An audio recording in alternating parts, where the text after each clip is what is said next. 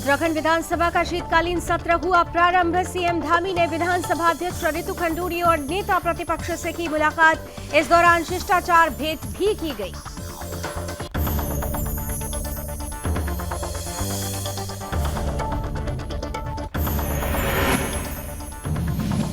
महामहिम राष्ट्रपति द्रौपदी मुर्मू जी 8 दिसंबर को करेंगी उत्तराखंड का दौरा। दीक्षांत समारोह में बतौर मुख्य अतिथि होंगी शामिल।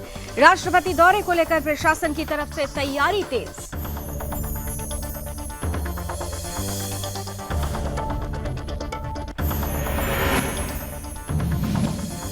देहरादून में वाहन स्वामियों का हल्ला बोल। 80,000 से ज्यादा वाहनों के थमे पहिए। ऑटो और सिटी बस चालकों ने किया चक्का जाम।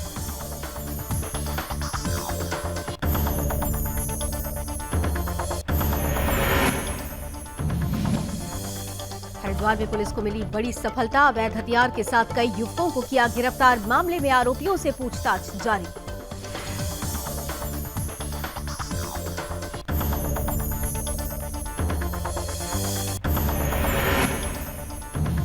और चौपाल जनता मिलन कार्यक्रम आयोजित। जिलाधिकारी मयूर दीक्षित ने कार्यक्रम के माध्यम से सुनी लोगों की समस्या। जिलाधिकारी ने समस्या का समाधान का दिया भरोसा।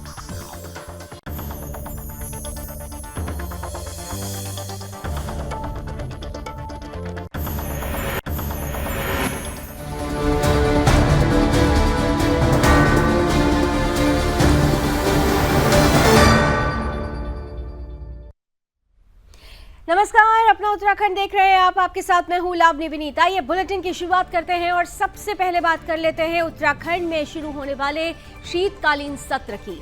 तो उत्तराखंड में विधानसभा का शीतकालीन सत्र शुरू हो चुका है और इसी कड़ी में उत्तराखंड के सीएम पुष्कर सिंह धामी ने विधानसभा में अध्यक्ष रितु खंडूरी और रितु खंडूरी भूषण और नेता प्रतिपक्ष यशपाल आर्य से मुलाकात की।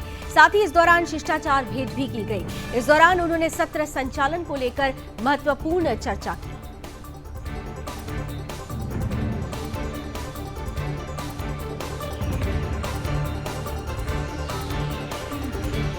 एक तरफ उत्तराखंड में विधानसभा का शीतकालीन सत्र शुरू हो चुका है, वहीं दूसरी तरफ 8 तारीख उत्तराखंड के लिए बहुत विशेष होने वाली है, क्योंकि भारत की राष्ट्रपति महामहिम द्रौपदी मुर्मू जी 8 दिसंबर को 2 दिवसीय दौरे पर देहरादून जा रही हैं। राष्ट्रपति यहां पर द प्रेसिडेंट बॉडीगार्ड स्टेट स्थित आशियाना में रात्रि विश्राम करेंगी। राष्ट्रपति द्रौपदी मुर्मू जी 8 और 9 दिसंबर को देहरादून में ही उपस्थित रहेंगी। प्रस्तावित कार्यक्रम शासन और संबंधित संस्थाओं को मिल चुका है। राष्ट्रपति मुर्मू जी 8 दिसंबर को देहरादून पहुंचेंगी। इसके बाद वो राजभवन पहुंचेंगी। रात को आशियाना में ही विश्राम करेंगी। 9 दिसंबर को राष्ट्रपति पहले लाल बहादुर शास्त्री प्रशासनिक एकेडमी मसूरी में भावी आईएएस अफसरों को संबोधित करेंगी। इसके बाद दिन में दून विश्वविद्यालय के दीक्षांत समारोह में बतौर मुख्य अतिथि उपस्थित रहेंगी। सोमवार को राष्ट्रपति के दौरे के मद्देनजर शासन स्तर पर तैयारियां भी शुरू की जा चुकी हैं। इन तैयारियों को लेकर महत्वपूर्ण बैठक हुई है, जिसमें सुरक्षा से लेकर सभी व्यवस्थाओं को पुख्ता करने के निर्देश दिए गए हैं। दून विश्वविद्यालय का दीक्षांत समारोह 9 दिसंबर को होना है, जिसमें महामहिम राष्ट्रपति द्रौपदी मुर्मू जी बतौर मुख्य अतिथि शामिल होने वाली हैं। विश्वविद्यालय के कुलपति प्रोफेसर सुरेखा डंगवाल ने कहा है कि राष्ट्रपति के दौरे की तैयारियां तेजी से चल रही हैं। बताया ये भी जा रहा है कि विश्वविद्यालय के समारोह में करीब 650 छात्र छात्राओं को डिग्री प्रदान की जाएगी।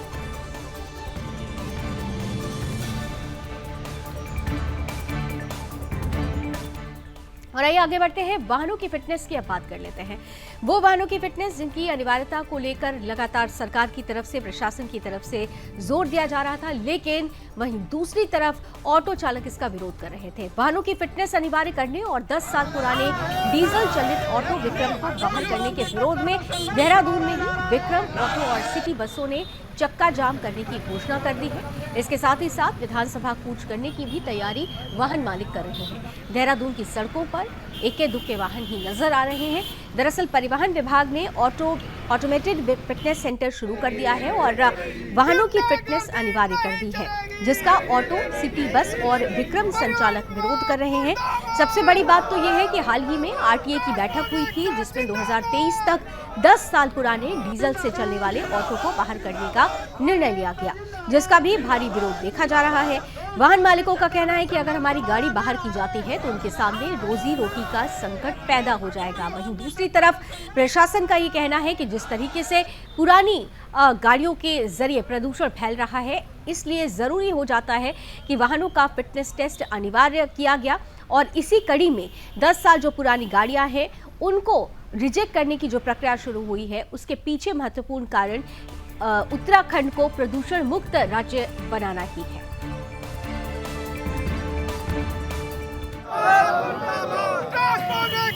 सब आम आदमी की लड़ाई, और जहां तक आप 10 साल की बात करो, ये 10 साल वाला मामला नहीं है। अब इन्होंने सीधा मार्च 2023 में कह दिया कि सारी गाड़ियां जो भी, चाहे ऑटो चाहे विक्रम, उसको समाप्त किया जाएगा। तो पहले तो मैं आपको बता दूं, ये 10 साल वाला मामला नहीं है, ये लोगों की अब रोजी रोटी का जुड़ा मामला है। क्योंकि जिस आदमी ने 2015 में, 17 या 18, 19 में जब भी लोन लेके अगर गाड़ियाँ ले रखी है और वो अपने बच्चे पाल रहा है, तो अगर उसे मार्च 2023 में अगर उसकी गाड़ी समाप्त हो जाएगी तो पैसे कहाँ से, पहले तो बैंक के ही नहीं कहाँ से चुका पाएगा। तो हमारा विरोध ये है कि जैसे कि माननीय उच्च न्यायालय का 2017 का एक आदेश है कि डबल बेंच का, जिसमें साफ लिखा हुआ है कि ना तो आरटीए ना ही एसटीए कोई आयु सीमा निर्धारित कर सकता है। जब हाई कोर्ट का माननीय उच्च न्यायालय का आदेश है कि जो सीमा निर्धारित नहीं कर सकता किसी भी वाहन की, तो इन्होंने जो है ऑटो और विक्रम की सीमा क्यों निर्धारित करके उसे समाप्त करने की कोशिश की गई है, उसके हमें विरोध है। दूसरा, आपने देखा होगा इनके द्वारा एक और लाइन जोड़ी गई थी उस दिन 1/11/2022 की बैठक में कि अन्य सभी वाहन जो हैं वो भी जो है दिसंबर 2023 में समाप्त किए जाएंगे।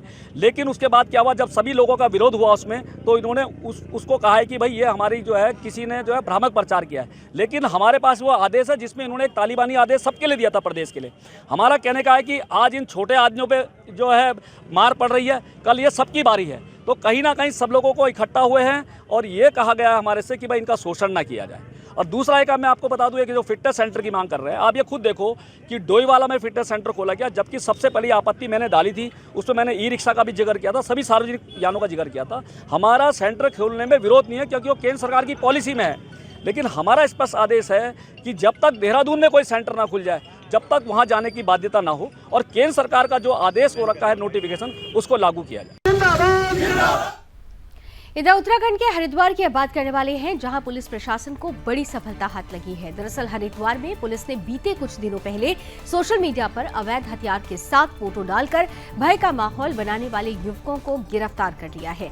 एसपी क्राइम रेखा यादव का कहना है कि पुलिस को सूचना मिल रही थी कि कुछ युवकों द्वारा सोशल मीडिया पर हथियारों के साथ फोटो और वीडियो डाले जा रहे हैं, जिसके बाद प्रशासन ने मामले में संज्ञान लेते हुए युवकों को चिन्हित किया। साथ ही एक पुलिस टीम का गठन किया गया। वहीं जांच के दौरान पुलिस ने 6 युवकों को गिरफ्तार किया। आरोपियों के पास से 5 तमंचे, जिंदा कारतूस और एक लाइसेंसी रिवॉल्वर भी बरामद हुई है। फिलहाल आरोपियों को जेल भेज दिया गया है और आगे की कार्रवाई जारी है।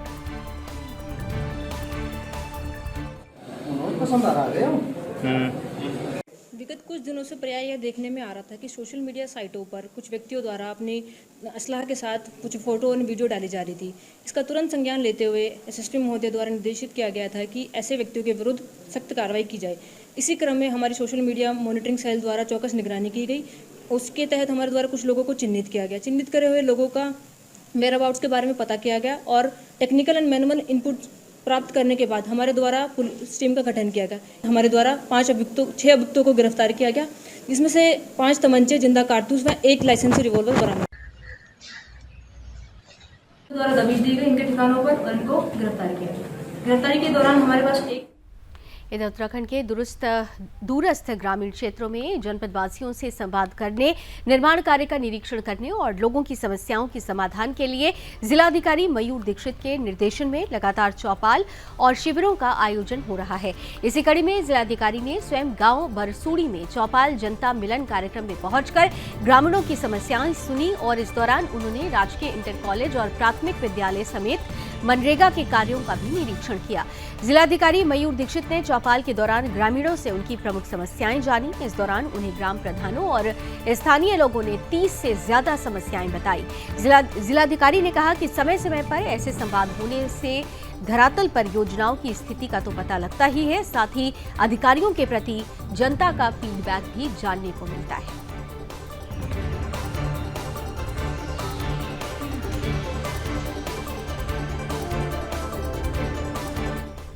उत्तराखंड की अब विकासनगर की बात करेंगे, जहां बीजेपी विधायक मुन्ना सिंह चौहान ने पत्रकार वार्ता की है। इस दौरान उनका कहना था कि उत्तराखंड के सीएम पुष्कर सिंह धामी के सरकार ने अपने कार्यकाल में उत्तराखंड में बहुत शानदार काम किया है। कई महत्वाकांक्षी योजनाओं को प्रारंभ भी किया गया है, जिस कारण से बहुत तेज रफ्तार से उत्तराखंड का विकास हो रहा है। तमाम क्षेत्रों से उत्तराखंड राज्य तमाम क्षेत्रों में प्रगति कर रहा है। और साथ ही साथ उन्होंने ये भी कहा कि खुशी की बात यह है कि अभी तक सदन की कार्रवाई व्यवस्थित और सुगम तरीके से चल रही है। आज प्रश्नकाल बहुत सुचारू और प्रभावशाली रूप से चला, जिसमें कि सभी प्रश्न पूछे गए।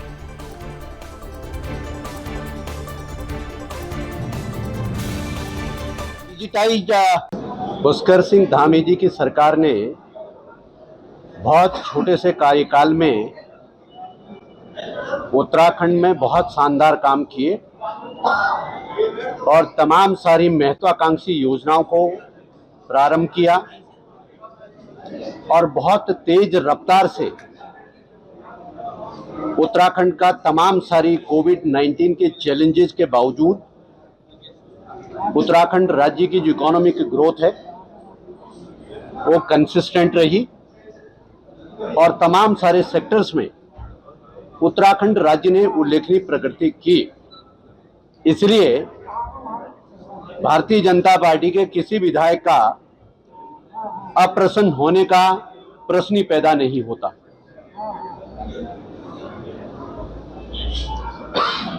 आज खुशी की बात यह भी है कि अभी तक सदन की कार्रवाई बहुत व्यवस्थित और सुचारू रूप से चल रही है। आज प्रश्नकाल बहुत सुचारू और प्रभावी रूप से चला। लोक कल्याण के तमाम सारे विषयों पर जो माननीय सदस्यों के प्रश्न थे उस पे पूरी तैयारी के साथ सरकार की तरफ से उसके उत्तर मिले और पूरा के पूरा प्रश्नकाल व्यवस्थित रूप से संचालित हुआ। मैंने आपको बताया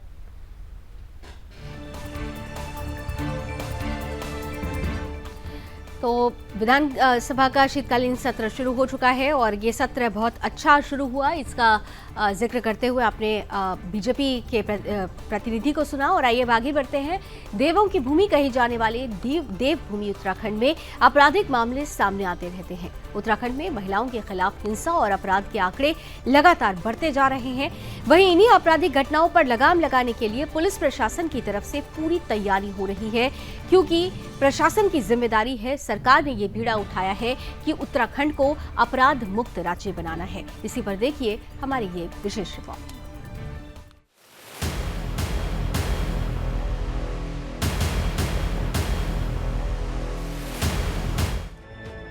देवभूमि उत्तराखंड में आपराधिक घटनाएं आए दिन सामने आती रहती है। आंकड़े बताते हैं कि हर साल महिलाओं पर अपराधों की संख्या में लगातार इजाफा हो रहा है।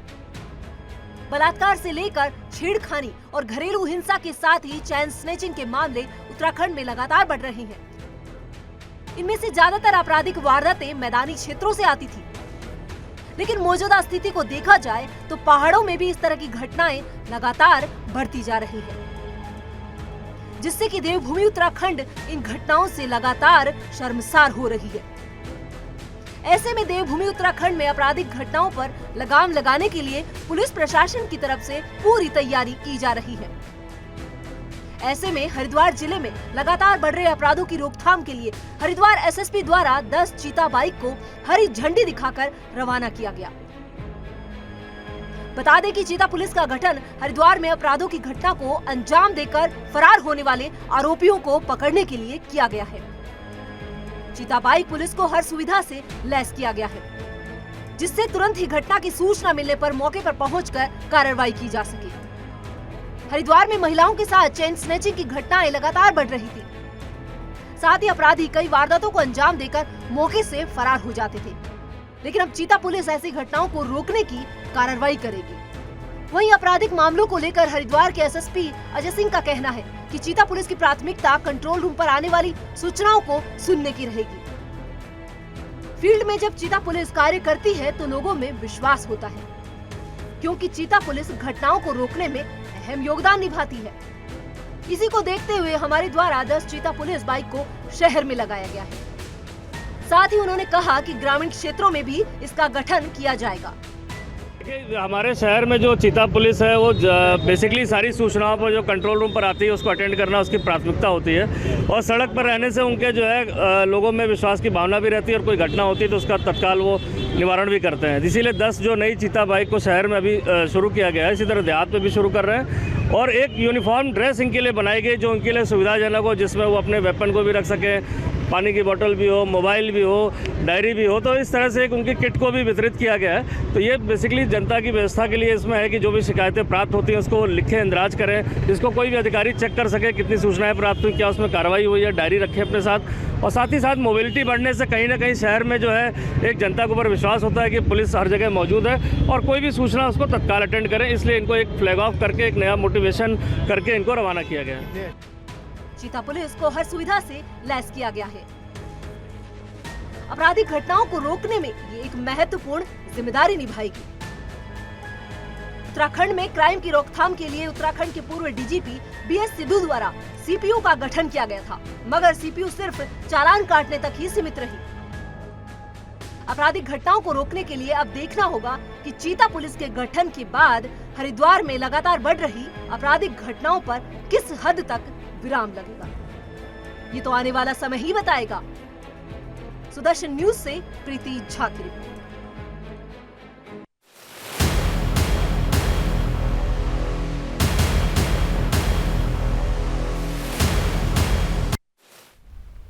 तो चीता पुलिस के सामने चुनौती है, लेकिन चीता पुलिस तैयार है उस चुनौतियों से पार पाने के लिए। आइए आगे बढ़ते हैं। उत्तराखंड के हरिद्वार की अब बात करेंगे, जहां सिडकुल थाना पुलिस की तरफ से लापरवाही का मामला सामने आ रहा है। दरअसल 10,000 के इनामी आरोपी को पुलिस ग्रांट गांव में इनामी आरोपी को गिरफ्तार करने के लिए पहुंची हुई थी, लेकिन जैसे ही पुलिस ने आरोपी को हिरासत में लिया, आरोपी के परिवार की महिलाओं ने पुलिस को ही घेर लिया और इस बीच आरोपी मौका पाकर फरार हो गया, जिसके बाद पुलिस के काम में बाधा डालने वाली महिलाओं के खिलाफ केस भी दर्ज किया गया। दरअसल पुलिस आरोपी की पिछले कई महीनों से तलाश कर रही थी। कुछ दिन पहले ही सिडकुल थाना क्षेत्र की रहने वाली एक महिला ने 3 आरोपियों पर दुष्कर्म का आरोप लगाते हुए केस दर्ज कराया था, जिसके बाद पुलिस की तरफ से आरोपियों को पकड़ने की लगातार कोशिशें हो रही थी। वहीं आरोपी को पुलिस ने हिरासत में भी ले लिया, लेकिन मौका पाकर आरोपी फरार हो गया। फिलहाल पुलिस फिर से आरोपी को पकड़ने की कोशिशें कर रही है।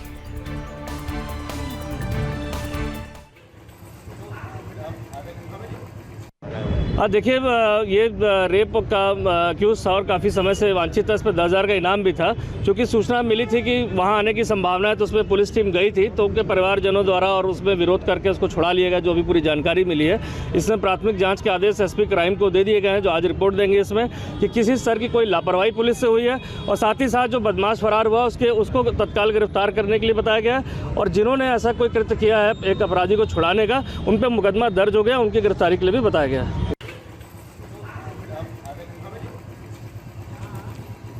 कानून ऐसे बने हुए, मान लिया आप किराएदार होते और वो मकान मालिक होता, तो पुलिस के लिए ये चुनौती बन चुका है, क्योंकि अगर चंगुल से आरोपी फरार हो जाए तो पुलिस की कार्यशैली पर भी सवाल खड़ा होता है। इसलिए पुलिस के लिए बड़ी चुनौती है कि जल्द से जल्द आरोपी को सलाखों के पीछे पहुंचाया जाए। चलिए आगे बढ़ते हैं। उत्तराखंड के मसूरी से अगली खबर ले रहे हैं, जहां नए साल के जश्न को लेकर पुलिस प्रशासन पूरी तरह से मुस्तैद नजर आ रहा है। दरअसल मसूरी में आगामी नए साल के जश्न और पर्यटन सीजन को देखते हुए जिलाधिकारी सोनिका सिंह और मसूरी में एसपी ट्रैफिक अक्षय कोंडे ने तैयार किए गए प्लान की समीक्षा की है।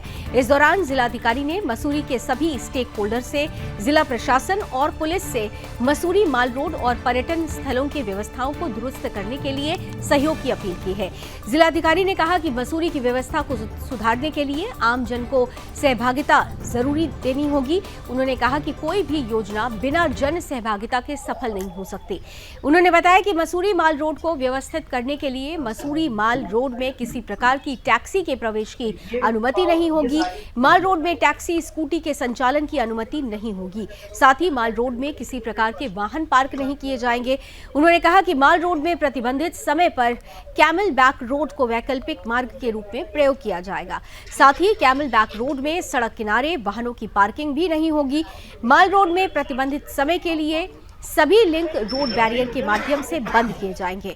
माल रोड के दोनों बैरियर्स पर एकत्रित किए जाने वाले प्रवेश शुल्क को एकत्रित करने के लिए माल रोड के अंदर 100 मीटर के लगभग जो सेंटर्स हैं, कलेक्टिंग काउंटर्स, उन्हें जरूर बनाया जाएगा। ये सारी की व्यवस्था को लेके एक नई एनर्जी आई है, स्पेशली जब डीएम मैम ने इसमें बहुत ज़्यादा इंटरेस्ट दिखा के बहुत ज़्यादा रिसोर्सेस पुट कर रही है मैम। हमारी पहली प्रायोरिटी रहेगी छोटी छोटी और बड़ी बड़ी सारी पार्किंग्स हम ज़्यादा से ज़्यादा इस्तेमाल करें। तो आज की मीटिंग बहुत फ्रूटफुल रही, जहाँ पे होटल एसोसिएशन हो, टैक्सी स्टैंड हो, नगर निगम के अधिकारी हो, सब ने बहुत पॉजिटिव रिस्पॉन्स दिया। तो टैक्सी स्टैंड को प्रपोजल दिया गया है कि वो पार्किंग्स टूरिस्ट के लिए खाली कर दे, जो भी पार्किंग्स लाइब्रेरी चौक और बड़ा मोड़ पे इनके द्वारा रखी गई है, और उसको रीजनेबल रेट पे उनको किंकरेज पे मिल जाए, ताकि किंकरेज की भी पार्किंग यूज़ हो और वो टूरिस्ट के लिए यूज़ हो। और कुछ वन वे के लूप्स हमारे द्वारा बनाए जाएंगे, इसमें कहीं पे भी लोकल्स को डिस्टर्ब नहीं करेंगे। पर जब लाइब्रेरी चौक पे कोई वाहन आता है जिसको 0 पॉइंट पे जाना है, उसको हम वेवरली स्कूल की रूट से भेजेंगे, ताकि 0 पॉइंट से लाइब्रेरी चौक वाली जो डायरेक्ट कनेक्टिविटी है वो रिवर्स वे में अच्छी चले। साथ ही ये नगर निगम की जो मॉल रोड की जो एंट्री है, उसको भी अगर हम 200-200 मीटर अंदर की तरफ करेंगे, तो हमारी जो कैमल्स बैक, एक जो बहुत ही कम यूज़ होने वाली रोड है, वो इमरजेंसी रीज़न के लिए भी, लोकल्स के लिए भी एक तरीके से खुल जाएगी। तो इसी तरीके से प्रयास रहेगा। हमारी बहुत ज़्यादा कमिटमेंट रहेगी कि मॉल रोड शाम को 5 बजे के बाद सिर्फ पैदल के लिए ही यूज़ किया जाए। उसके लिए जो बोलार्ड का सिस्टम है वो बहुत ही इफ़ेक्टिव साबित हुआ है। तो उसी बोलार्ड के लाइन पे कुछ हम लोग टेम्पररी गेट्स भी ला रहे हैं, जो 4-5 जगह पे लगाए जाएंगे, जिससे मॉल रोड पे क्रॉस मूवमेंट रखेगी। तो मुझे पूरा विश्वास है कि जो मसूरी फेस्टिवल आएगा ईयर एंड पे, उसको वो हम बहुत अच्छे से हैंडल कर पाएंगे। इसकी और अच्छा यूटिलाइजेशन कैसे हो, इसके लिए आज सभी स्टेक होल्डर्स को बुलाया गया था। प्लस जो ट्रैफिक की यहाँ पे इश्यूज़ हैं और मॉल रोड पे स्पेशली किस तरह से व्हीकल्स का मूवमेंट रहे, इसके ऊपर आज होटल एसोसिएशन, व्यापार मंडल, टैक्सी यूनियन के लोग और नगर पालिका के अध्यक्ष जी यहाँ थे, और काफ़ी चीज़ें डिस्कस हुई हैं, और हम इसको इम्प्लीमेंट करना चालू करते हैं। अगर कोई फीडबैक होगा, कोई चेंजेस होंगे, तो उसको पॉजिटिवली लिया जाएगा और अकॉर्डिंगली उसको इम्प्लीमेंट किया जाएगा। लेकिन अभी जो व्यवस्था आज हम डिस्कस कर रहे हैं, उसको हम कोशिश करेंगे कि अगले हफ्ते तक लागू कर पाएं। अरे बाबू, अधिकारी आ रहे, तू भी रोड को लगा के रखा हुआ लगा देती है, आप इधर यहाँ धोना। इधर नवंबर महीने गुजर जाने के बाद भी केदारनाथ धाम सहित केदार घाटी की ऊंचाई वाले इलाके में बर्फबारी नहीं होने से पर्यावरणविद काफी चिंतित हैं। दरअसल नवंबर महीने से लेकर मार्च तक बर्फबारी से ऊंचाई वाले इलाके में बर्फबारी नहीं होना भविष्य के लिए शुभ संकेत नहीं माना जाता। केदारनाथ धाम सहित ऊंचाई वाले इलाके बर्फ विहीन होने का मुद्दा कारण ग्लोबल वार्मिंग की समस्या और हिमालयी क्षेत्रों में मानवीय हस्तक्षेप माना जा रहा है। इस बार भी 23 अक्टूबर से पहले केदारनाथ धाम सहित ऊंचाई वाले इलाकों में मौसम के अनुकूल बर्फबारी तो हुई थी, लेकिन उसके बाद मौसम के अनुकूल बर्फबारी न होने से केदारनाथ, मधमहेश्वर और तुंगनाथ धाम सहित ऊंचाई वाले इलाके बर्फ विहीन होने से भविष्य के लिए शुभ संकेत नहीं माने जा रहे।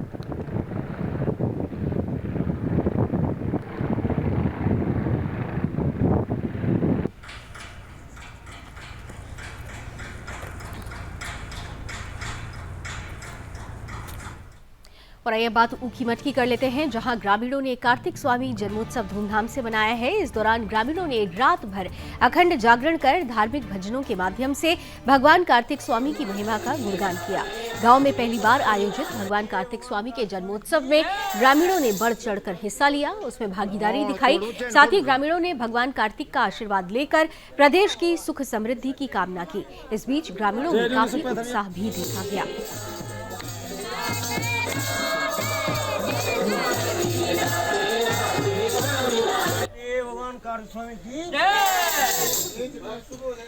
मोहन तोड़ू चैन खोड़ू रण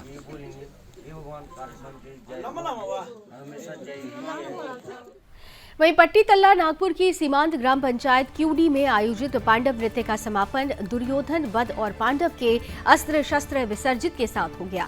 पांडव नृत्य समापन का दृश्य बड़ा ही भावुक रहा। पांडव नृत्य के समापन पर पांडव पक्षाओं पाशवाओं और ग्रामीणों की आंखें छलक उठीं। 9 नवंबर से शुरू हुए पांडव नृत्य में अनेक परंपराओं का निर्वहन किया गया। पांडव नृत्य में विभिन्न गांवों के सैकड़ों श्रद्धालुओं ने शामिल होकर क्षेत्र की समृद्धि की कामना भी की।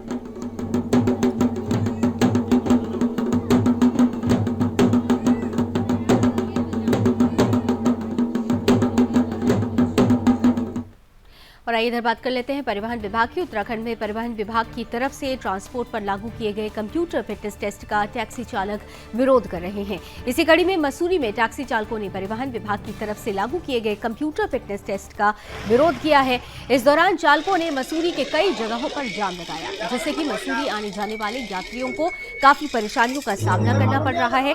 इस दौरान टैक्सी चालकों ने कहा कि उत्तराखंड की भौगोलिक स्थिति को देखते हुए वाहनों का कंप्यूटर फिटनेस करा जाना संभव नहीं है, जिसको देखते हुए वाहनों की फिटनेस टेस्ट पहले की भांति किए जाने की मांग निरंतर उठाई जा रही है।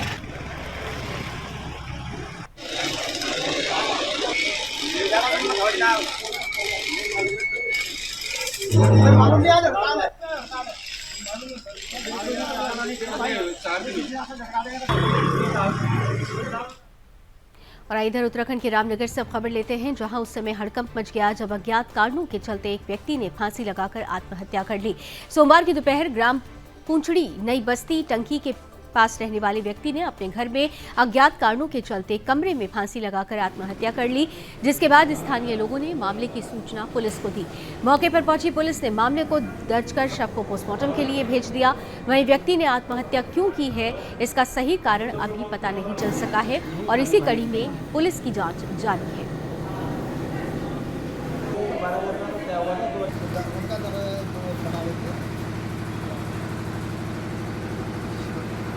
ये 112 पे सूचना आई थी। एक बिक्की नाम का व्यक्ति है, उसके द्वारा 112 पे सूचना दी गई थी। मैं दीपसा अधिकारी के रूप में थाने में नियुक्त था और मुझे भी थाने से बताया गया कि ऐसे करके पूंछड़ी में एक व्यक्ति ने फांसी खा ली है। तो मौके पे मैं और महिला उप निरीक्षक रेनू मेरे साथ गई और वहाँ के आसपास घर के बाहर काफ़ी भीड़ लगी थी। मेरे द्वारा उनके पूछा गया तो उसका नाम राम सिंह सोहन लाल, उम्र लगभग 45 वर्ष बताई गई उनके परिजनों द्वारा।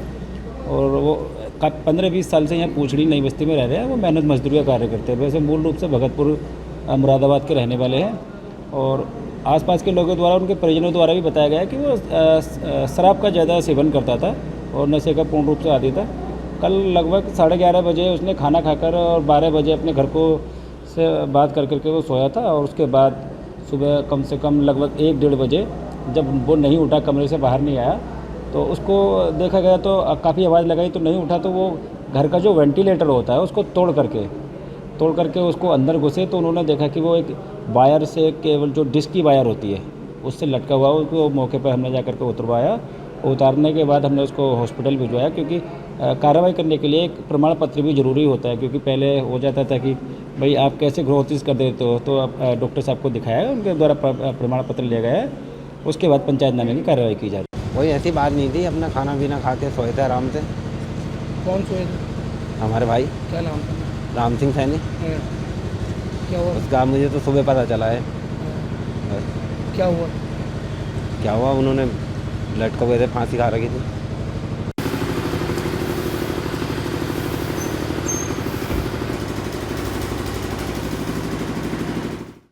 और चलिए इसी के साथ अपना उत्तराखंड में अभी बस इतना ही, लेकिन देश और दुनिया की तमाम खबरों के लिए आप जुड़े रहिए सुदर्शन न्यूज के साथ। जय हिंद।